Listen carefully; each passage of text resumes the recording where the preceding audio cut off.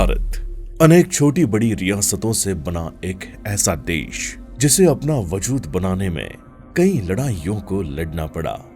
भारत की कई छोटी बड़ी रियासतें जो आजादी से पहले ब्रिटिश शासन के अधीन थी, आजादी के बाद अब एक नए लड़ाई और खींचातानी की ओर बढ़ने वाली थी।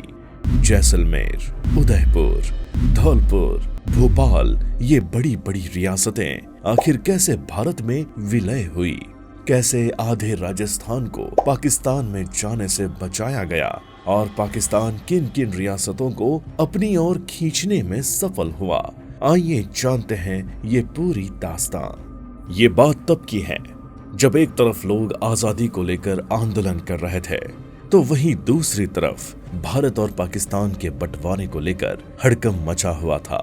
भारत के इस हालत से निपटने के लिए उस समय के वाइसरॉय लॉर्ड वेवेल नाकाम साबित हो रहे थे।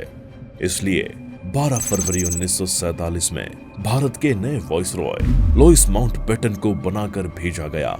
उस वक्त भारत में आजादी की लड़ाई चरम पर थी और ब्रिटिश हुकूमत लगातार 2 विश्व युद्ध झेलने के बाद इतनी ताकत नहीं रखती थी कि दंगों से आसानी से बच सके, और इसी वजह से ब्रिटेन की संसद ने भारत का प्रस्ताव पास कर दिया और इस प्रस्ताव में लगभग 20 धाराएं थी और यही वो धाराएं थी जिसने भारत का आने वाला भविष्य तय होना था। भारत को भारत और पाकिस्तान 2 हिस्सों में बंटना था। भारत की सभी रियासतें तब तक ईस्ट इंडिया कंपनी के अंडर आ चुकी थी। आजादी के प्रस्ताव की धारा 8 के अनुसार सभी रियासत को या तो भारत में मिलने या पाकिस्तान में मिलने या पूर्ण रूप से खुद को स्वतंत्रता रखने का अधिकार था। वो चाहे तो भारत या पाकिस्तान में शामिल हो सकते हैं या फिर आजाद रह सकते हैं, और उसमें से ज्यादातर रियासतें आजाद रहना चाहती थी। लेकिन तभी भारत एक करने के लिए सरदार वल्लभ भाई पटेल आगे आते हैं। सरदार वल्लभ भाई पटेल भारत की 565 रियासतों को भारत में मिलाने के लिए लगातार कोशिश कर रहे थे, पर कुछ रियासतें सरदार वल्लभ भाई पटेल के रास्ते का कांटा बन रही थी। हमारा भारत देश छोटी छोटी 565 रियासतों में बांट था। आजादी के प्रस्ताव के धारा में ये भी शर्त रखी गई थी कि जिन लोगों की रियासत 10 लाख से ज्यादा है और सालाना आमदनी 1 करोड़ रुपए से ज्यादा है, तो वही आजाद रहने के लिए हकदार हैं। जब इस शर्त के बारे में पता चला तो खुद ही छोटी छोटी सभी रियासतें भारत और पाकिस्तान में शामिल हो गई। लेकिन दोस्तों, जितनी भी बड़ी बड़ी रियासत के राजा थे वो भारत या पाकिस्तान में शामिल होने के लिए अपनी हर एक शर्त मनवाने लगे थे। मोहम्मद अली जिन्ना इसी बात का फायदा उठाता और उस समय हमीदुल्लाह खान नरेंद्र मंडल के अध्यक्ष थे। नरेंद्र मंडल भारतीय रियासतों का एक संगठन था जो कि राजाओं के हक के लिए बनाया गया था, और इस संगठन को चेंबर ऑफ प्रिंसेस के नाम से जाना जाता था। नरेंद्र मंडल के अध्यक्ष होने की वजह से हमीदुल्लाह खान का राजाओं के साथ उठना बैठना लगा रहता था। जब भारत की आजादी का ऐलान हुआ तो उसके प्रस्ताव में ये लिखा था कि भारत 2 हिस्सों यानी 2 देश भारत और पाकिस्तान में बांट चुका है, और भारतीय रियासतों को ये आजादी दी गई कि वो खुद दोनों देशों में से किसी एक का हिस्सा बन सकते हैं। लेकिन भोपाल के नवाब हमीदुल्लाह खान अपना फैसला ले चुके थे। वो अपनी रियासत को पाकिस्तान में शामिल करना चाहते थे क्योंकि भोपाल के नवाब हमीदुल्लाह और मोहम्मद अली जिन्ना के बहुत अच्छे संबंध थे। दोनों मित्र थे। भारत देश 2 देशों में बंटने की वजह से नवाब हमीदुल्लाह किसी भी तरह से मोहम्मद अली जिन्ना के साथ रहना चाहते थे।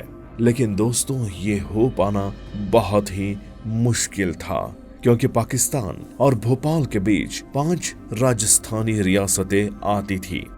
मौजूदा राजस्थान के भौगोलिक क्षेत्र के लिहाज से देखें तो आजादी के वक्त राजस्थान में 22 रियासतें थीं, जिनमें से केवल अजमेर ब्रिटिश शासन के कब्जे में था। बाकी 21 रियासतें स्थानीय शासकों के अधीन थी। ब्रिटिश सरकार से भारत के आजाद होते ही अजमेर रियासत भारतीय स्वतंत्रता अधिनियम 1947 के करारों के मुताबिक खुद ब खुद भारत का हिस्सा बन गई, जिसके बाद 21 रियासतें बची थी, जिसके राजा खुद को स्वतंत्र राज्य बनाने की मांग कर रहे थे। राजाओं का कहना था कि उन्होंने आजादी के लिए संघर्ष किया है और उन्हें शासन चलाने का अच्छा तजुर्बा भी है, इसलिए उनके राज्यों को स्वतंत्र राज्य के तौर पर भारत में शामिल किया जाए और शासन उनके ही अधीन बना रहने दिया जाए। इनमें से एक जोधपुर रियासत भी थी, जिसके शासक अपने रियासत को पाकिस्तान में मिलना चाहते थे। मोहम्मद अली जिन्ना भी जोधपुर यानी मारवाड़ को पाकिस्तान में मिलाना चाहते थे। वहीं जोधपुर के शासक हनुमंत सिंह कांग्रेस के विरोध और अपनी सत्ता और स्वतंत्र अस्तित्व की महत्वाकांक्षा में पाकिस्तान में शामिल होना चाहते थे। अगस्त 1947 में हनुमंत सिंह धौलपुर के महाराजा तथा भोपाल के नवाब की मदद से जिन्ना से मिले। हनुमंत सिंह की जिन्ना से बंदरगाह की सुविधा, रेलवे का अधिकार, अनाज तथा शस्त्रों के आयात आदि के विषय में बातचीत हुई। जिन्ना ने उन्हें हर तरह की शर्तों को पूरा करने का आश्वासन दिया। भोपाल के नवाब के प्रभाव में आकर हनुमंत सिंह ने उदयपुर के महाराणा से भी पाकिस्तान में सम्मिलित होने का आग्रह किया, लेकिन उदयपुर राजा ने हनुमंत सिंह के प्रस्ताव को ये कहते हुए ठुकरा दिया कि एक हिंदू शासक हिंदू रियासत के साथ मुसलमानों के देश में शामिल नहीं होगा। इसी मुश्किल से निकलने के लिए भोपाल के नवाब हमीदुल्लाह और पाकिस्तान के पूर्व गवर्नर जनरल मोहम्मद अली जिन्ना साथ में अपना दिमाग लगा रहे थे। ऐसा क्या किया जाएगा जिसकी वजह से भोपाल के साथ साथ दूसरी रियासत भी पाकिस्तान में शामिल हो जाए। हनुमंत सिंह को भी इस बात ने प्रभावित किया और पाकिस्तान में मिलने के सवाल पर फिर से सोचने को मजबूर कर दिया। पाकिस्तान में मिलने के मुद्दे पर जोधपुर का माहौल तनावपूर्ण हो चुका था।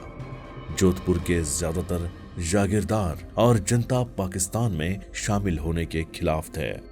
भारत के नए वायसराय लुईस माउंटबेटन ने भी हनुमंत सिंह को समझाया कि धर्म के आधार पर बटे देश में मुस्लिम रियासत न होते हुए भी पाकिस्तान में मिलने के उनके फैसले से सांप्रदायिक भावनाएं भड़क सकती हैं। वही सरदार पटेल किसी भी कीमत पर जोधपुर को पाकिस्तान में मिलते हुए नहीं देखना चाहते थे। इसके लिए सरदार पटेल ने जोधपुर के महाराज को आश्वासन दिया कि भारत में उन्हें वे सभी सुविधाएं दी जाएंगी जिनकी मांग पाकिस्तान से की गई थी, जिसमें शस्त्रों का, अकाल प्रभावित क्षेत्रों में अनाज की आपूर्ति, जोधपुर रेलवे लाइन का कच्छ तक विस्तार आदि सब कुछ शामिल था। लेकिन मारवाड़ के कुछ जागीरदार भारत में विलय के भी विरोधी थे। वे मारवाड़ को एक स्वतंत्र राज्य के रूप में देखना चाहते थे, लेकिन महाराजा हनुमंत सिंह ने समय को पहचानते हुए यूनियन ऑफ इंडिया के विलय पत्र पर 1 अगस्त 1949 को हस्ताक्षर कर अपने रियासत को भारत में मिलाने की अनुमति दे दी। वैसे दोस्तों, इस जानकारी के बारे में आपका क्या कहना है? हमें कमेंट सेक्शन में कमेंट करके जरूर बताएं। इसके साथ ही वीडियो में बताई गई जानकारी अगर आपको पसंद आई हो तो इसे अपने सभी दोस्तों के साथ शेयर करें और वीडियो को लाइक करें। और हाँ, अगर अभी तक आपने हमारे चैनल को सब्सक्राइब नहीं किया है तो फटाफट हमारे चैनल को सब्सक्राइब कर लें ताकि आने वाली हर एक वीडियो का नोटिफिकेशन सबसे पहले आपको मिल सके। मिलते हैं ऐसी ही एक और इंटरेस्टिंग वीडियो के साथ, तब तक के लिए नमस्कार।